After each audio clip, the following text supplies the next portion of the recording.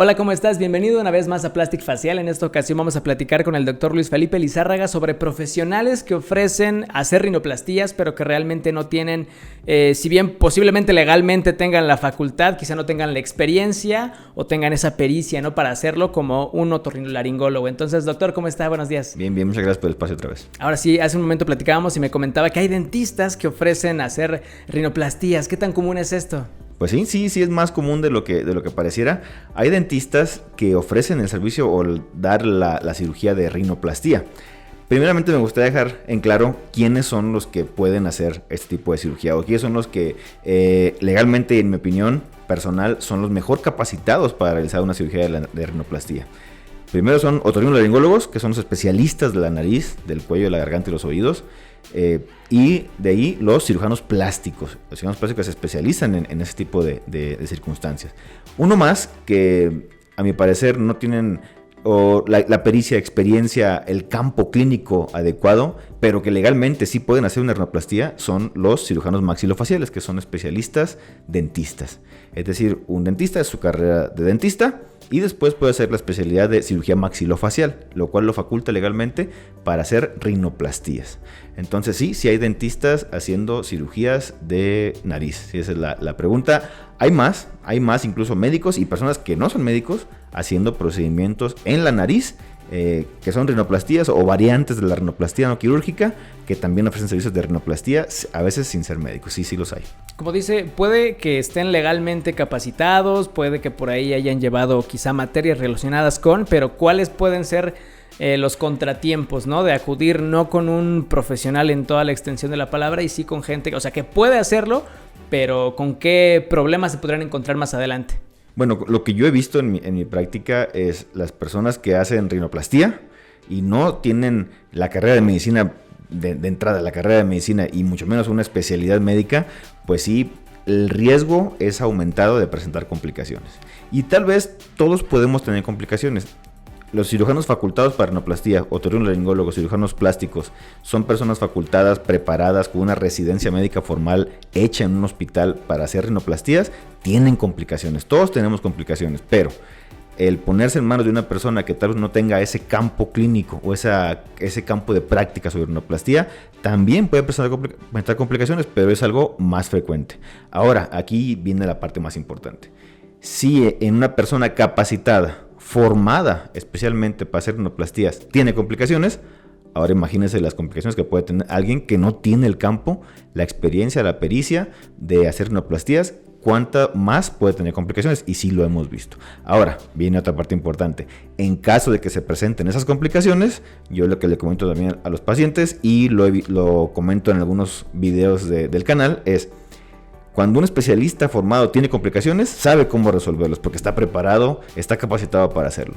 Pero cuando una persona que no está formada en el campo tiene complicaciones, ahí sí es donde vienen los problemas, porque no van a saber o no van a tener la experiencia, la pericia para resolver esa complicación. Incluso lo mencionamos aquí en un podcast pasado. Hace no mucho tuve un caso de una paciente que tuvo un sangrado después de una rinoplastía, y ya habían pasado semanas después de la rinoplastía, presentó un sangrado muy severo, que incluso requirió volver a meter al paciente al quirófano para poder tener el sangrado.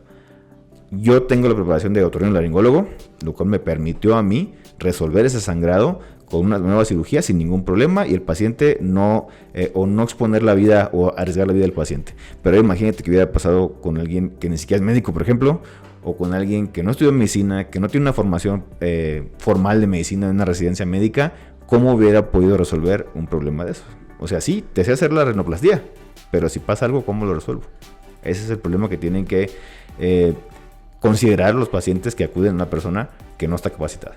Y qué miedo, ¿no?, ponernos en manos de gente que no tenga, como bien dice, esa experiencia o tenga ya como los fundamentos básicos para saber cómo atender esos riesgos, esas emergencias, ¿no? Entonces, nosotros como pacientes, ¿cómo le podemos hacer para encontrar al profesional indicado, ¿no?, y no caer en manos de cualquier persona? Bueno, primeramente, lo que yo también hay un video que comento esto. Lo primero es verificar que la persona a la que tú buscas que le vayas a dar su confianza para hacer el procedimiento es, primero, que sea médico cirujano. Segundo, que tenga una especialidad formal, una residencia médica hecha en un hospital reconocido o una institución médica reconocida en el país, que tenga cédula profesional, que tenga cédula especialidad, etcétera, y que tenga las especialidades específicamente de otorrinolaringólogo y cirujano plástico. Fuera de esas, aunque la ley diga que sí pueden, tengan su cuidado al verificar eso, ¿no? La otra es que sea médico otorrinolaringólogo o sea cirujano plástico facial o cirujano plástico general, etcétera, tengan su certificación vigente de su consejo. O sea, cada especialidad médica en México es manejada o es supervisada o es analizada por un consejo médico.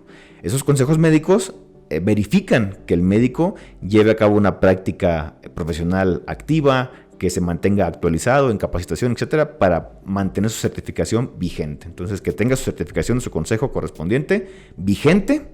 Y la tercera, y también muy importante, es que sepan o conozcan o tenga a la vista, pueda demostrar que ha hecho más rinoplastías y tenga experiencia en rinoplastías. Por ejemplo, sus trabajos previos, pacientes que ya hayan ido con él y que ustedes conozcan. Si no conocen a nadie que haya ido con él, pues mediante sus redes sociales que suba sus casos, etcétera, que tenga manera de que ese cirujano pueda demostrar que tiene experiencia en la cirugía. ¿Por qué lo comento esto de la experiencia? También es muy importante, porque tanto otorrinolaringólogos y cirujanos plásticos tienen especialidades muy amplias. O sea, cubren muchos aspectos. Por ejemplo, el otorrinolaringólogo puede especializarse muy bien en el cuello, en el oído, en la garganta, etcétera, pero puede no hacer muchas rinoplastías o hacer muy poquitas, o simplemente ser otorrinolaringólogo y decir, ¿sabes qué? Yo me dedico solamente al puro oído nada más. Y dejar la rinoplastía tal vez de lado. El cirujano plástico pasa más o menos algo similar, ¿no? El cirujano plástico puede dedicarse más a la parte corporal y la parte facial o rinoplastía no ser tan específico en ella, ¿no? Entonces, hay otorrinolaringólogos, excelentes otorrinolaringólogos cirujanos, pero que tal vez la rinoplastía no es su fuerte. Entonces, también verificar eso, ¿no? Que sí tengan casos o que sí tengan experiencia verificable en rinoplastía. Eso es otro aspecto. Inclusive lo hemos hablado, ¿no? Hasta el precio. Saber que muchas veces lo barato sale caro y que cuando encuentras un profesional que te cobra nada y has comparado con otros precios, se te hace un poquito hasta sospechoso, ¿no? Entonces también apelar a ese sentido común, ¿no? Si sale muy barato es por algo habrá de tener por ahí. Exactamente. Correcto, doctor. Y ya por último, ¿por qué acudir con usted? Yo sé que usted ya tiene bastante experiencia, ya tiene muchos pacientes que lo recomiendan, inclusive hasta en las redes sociales, ¿no? Pero también creo que es importante de primera mano que usted nos platique un poco sobre la experiencia que ha tenido, y sobre, pues sí, o sea, por qué la gente que nos está viendo ahorita puede confiar en usted. Bueno, nosotros tenemos preparación, primero pues la carrera de medicina, formada, terminada, concluida sin contratiempos. Terminamos en 2005 aproximadamente la carrera de medicina. Después de eso hicimos la especialidad de otorrinolaringología y cirugía de cabeza y cuello, también certificados por el consejo de mi especialidad, que es la especialidad de otorrino. Y además tenemos un curso de alta especialidad en medicina que es ya específicamente sobre rinología y cirugía facial.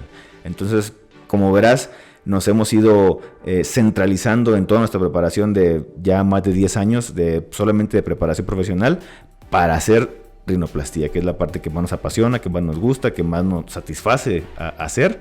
Entonces, pues hasta ahorita ya a la fecha de hoy llevamos más de 10 años practicando rinoplastía y es lo que pues nos encanta todos los días. Perfecto, doctor. Pues muchísimas gracias. Ahí está la recomendación. Creo que mejor carta de presentación o mejor currículum no se puede dar. Y creo que el trabajo habla por sí solo, ¿no? Entonces las personas que lo recomiendan, pues avalan su trabajo. ¿Cómo lo encontramos en redes sociales para que la gente lo siga y también lo contacte para citas? Estamos en todas, prácticamente en todas, que es Facebook, Instagram, TikTok, YouTube, Spotify, como Plastic Facial MX. Ahí nos pueden contactar, pero el contacto más cercano, como les repito, es Plastic Facial MX en Facebook y en Instagram. Perfecto, doctor. Muchísimas gracias y gracias a ustedes que sigan este contenido, que sigan recomendándolo y pues bueno, aquí los esperamos en el siguiente video. Gracias.